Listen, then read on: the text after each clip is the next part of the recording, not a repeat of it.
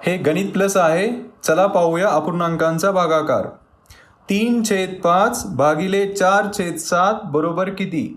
अपूर्णांकांचा भागाकार करताना पहिला अपूर्णांक जसाच्या तसा लिहा 3/5. त्यानंतर भागाकाराच्या चिन्हाला गुणाकारामध्ये बदला गुणिले.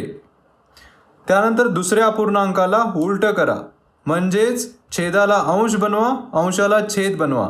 इथे 7 हे अंशात जाईल आणि 4 हे छेदात येईल. हा अपूर्णांक होईल 7/4.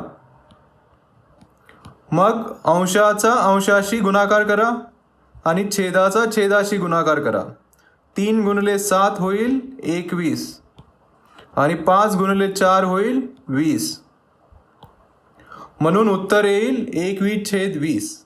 21/20ला आपण असेही लिहू शकतो 20 अधिक 1 भागिले 20, जे होईल 1 अधिक 1/20, ज्याला आपण लिहू शकतो 1.1/20.